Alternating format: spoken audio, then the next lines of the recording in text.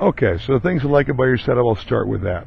Club face is squared up behind the center of the ball. The line of the golf shaft opposite your waistline. Perfect. Club and ball center of your stance for the iron, ideal.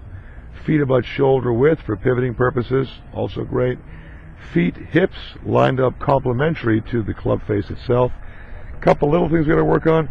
Right arm a little too locked and rigid. That gets your shoulders lined up open. You can see the angle of your shoulders compared to your feet and hips. How to square them up, like you can see with me over to the right, to lighten and soften the pressure of your right hand or bottom hand, so your right arm can actually tuck in slightly on a little bit of an angle, so we can see part of your left forearm, which we cannot see at the moment. That'll square your shoulders up. One important thing. The other thing is just try to get your chin to be a little more prominent. You can see I got room between my chin and my shoulders, so can you.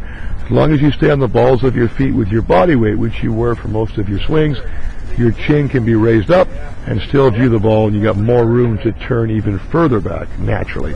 So that's kind of a couple things I would remind you of before you prepare with any club. Swing-wise, let's watch the club go back. As the club head leaves the ball, and to watch the club head just going to be slid back with your arms and hands. There's a little bit of early wrist, sort of rolling of the wrists and forearms, and then your arms continue to take the club back into the top of your swing.